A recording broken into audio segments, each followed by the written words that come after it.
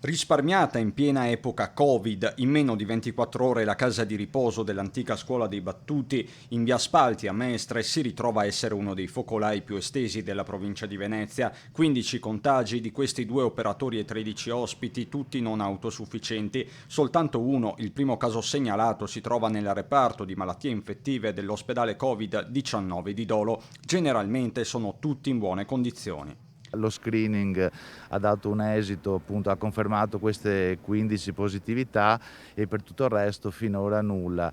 In quello che è successo rileviamo, tra virgolette, l'aspetto che ci pizzica o ci rasserena è che è tutto circoscritto ad un reparto del centro servizi. Reparto che è stato immediatamente sigillato all'interno della struttura, a sua volta chiusa alle visite esterne, come conferma il Covid Manager della casa di riposo. La casa di riposo rimarrà blindata per almeno 14 giorni perché adesso abbiamo fatto una prima campagna di tamponi e ci sarà un periodo di quarantena per le aree di isolamento che dura 14 giorni, al termine della quale viene fatta una seconda campagna di tamponi.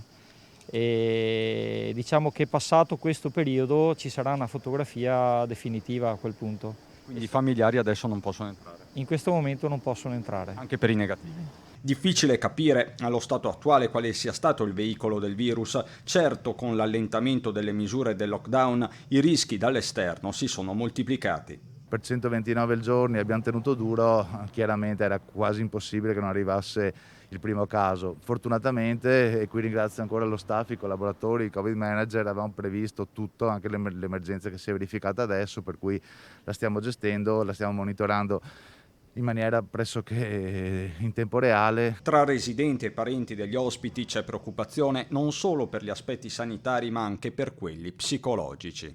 Presumo che sono tristissime, sicuramente stanno bene, sono ben trattati, però a livello affettivo, emotivo deve essere difficile vivere in situazioni del genere. Se sono isolati non penso più di tanto.